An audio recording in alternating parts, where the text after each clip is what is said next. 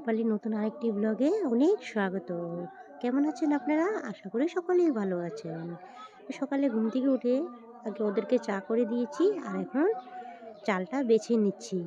তো ডিউটি চলে গেছে, কালকে ভাত ছিল ফ্রাই করে দিয়ে দিয়েছি। ভাবছি না এগুলো কবে থেকে বানাবো ভাবছি। কালকে মরিচগুলো কেটে রেখেছিলাম যে সেই মরিচগুলোই এখন আচার করব।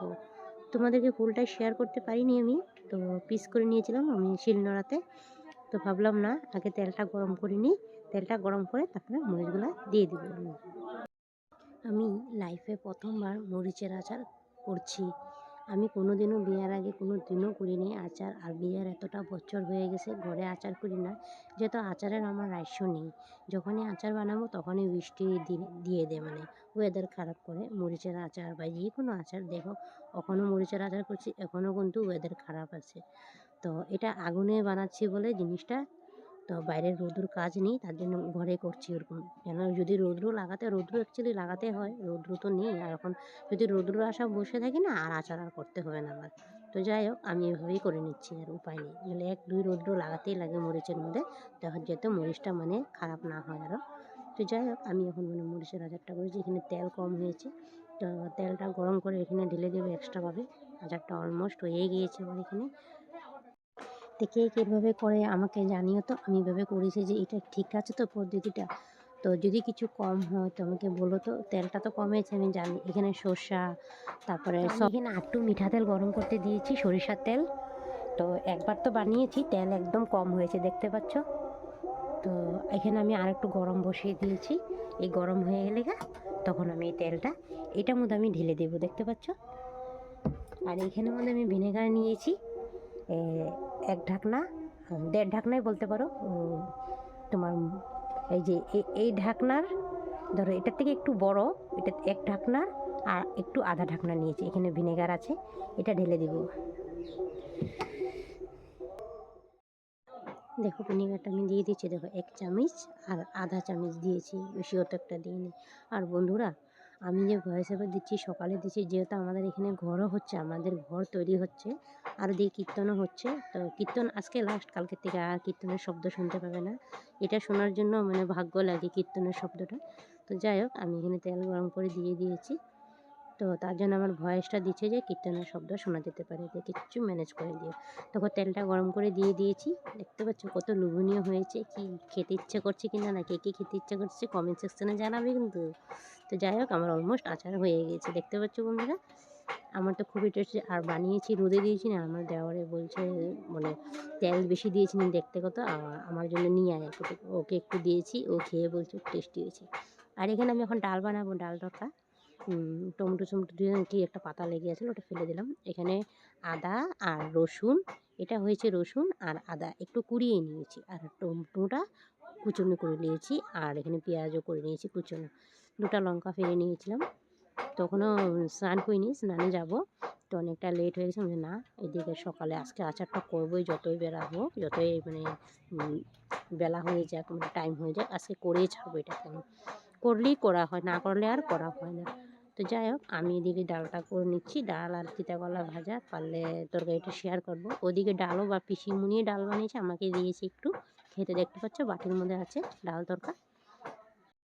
বন্ধুরা, আজকের ভিডিওর কোনো অংশ যদি ভালো লেগে থাকে প্লিজ চ্যানেলটা সাবস্ক্রাইব করে তোমরা একটু পাশে থেকো, আর কমেন্ট সেকশানে জানাবে ভিডিও কেমন হয়েছে। যারা আমার পুরানা বন্ধুরা অলমোস্ট এগুলো কাজ করে রেখেছো, তোমাদেরকে অসংখ্য অসংখ্য ধন্যবাদ, অনেক ভালোবাসা।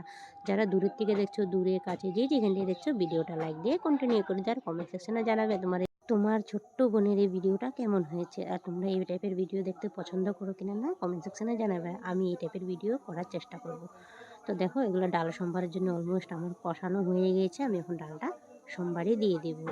এখানের মধ্যে ওই যে কাঁচা মুগ ডাল ছিল না, আরেকদিন তরকা বানিয়েছিলাম, তো সেই ডালগুলি অল্পটুক ছিল, ওরা তো নেই, আর অল্পটুকু আছে, ওটা বানিয়ে নিচ্ছি। না বানালে না নষ্ট হয়ে যাবে। তা ডাল সম্বারটা দিয়ে দিয়েছি, পরে একটু ঘি দিয়ে দেবো, ঘি দিয়ে নামিয়ে ফেলবো।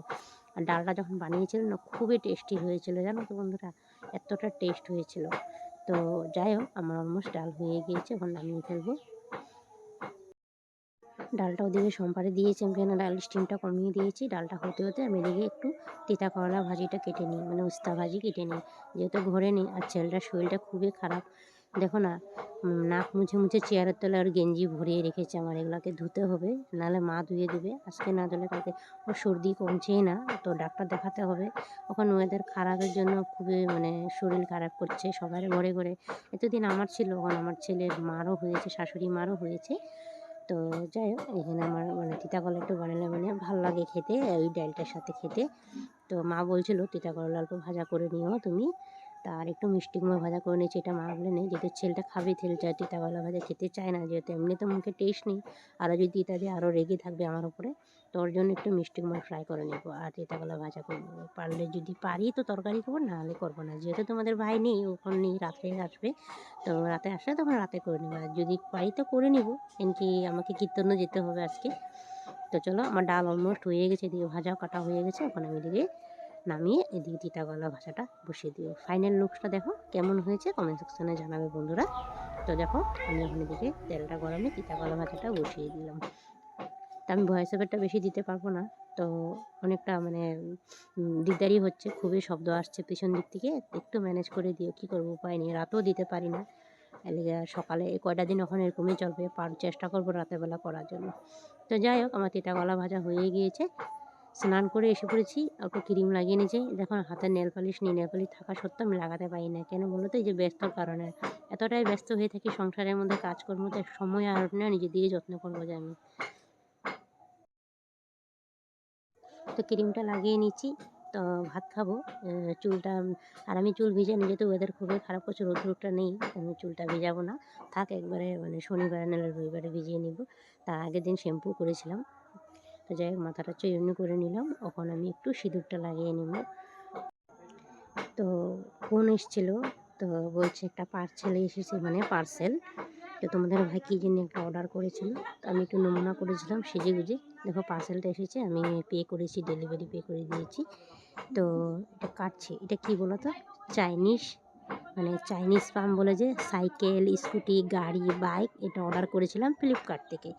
তো আমি করি নাই, তোমাদের ভাই করেছে। তো বলেছিল আমি কার থেকে যাবো, তো চেষ্টা করছি। আমি এটা অর্ডার করে দিয়েছিলাম, তো দেখি এসে পড়েছে। বেশি একটা দাম না, ধরো 300 টাকায় ধরেছে, আরও 2-4 টাকা একটু কম হয়েছে, তো 300 টাকায় ধরো আরও।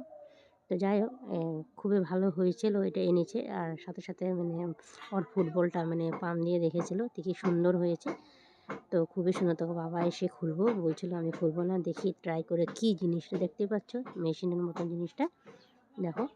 তো ছেলেটা বলছিল বা খুব সুন্দর, ও খুব খুশি হয়ে গেছে। ওর বল সাইকেল, ওর তো 2টা সাইকেল, একটা স্কুল থেকে দিয়েছে আর একটা আমি কিনে দিয়েছিলাম, ওর বাবা কিনে দিয়েছিল সেই সাইকেলটাই। তো আমি এখন রেখে দিচ্ছি ওটা। হাই ফ্রেন্ডস, ঘুমিয়েছিলাম, তো ঘুম থেকে উঠে বাইরে গিয়েছিলাম অল্পটুক। তো এখন দেখি মা সন্ধ্যা দেয়, যদি দেয়, না হলে আমি দেবো। তারপরে তোমাদের ভাই ডিউটি গেছে, আসলে ওকে চা করে দিয়ে অল্প কীর্তনে যাবো।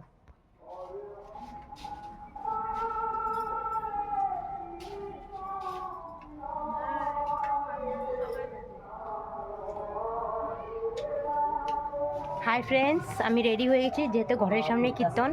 শাড়ি একটা পরে নিয়েছি আমি, দেখতে পাচ্ছ। তো চলো আমরা যাই, গুটি গুটি পায়ে কীর্তনে যেতেছি।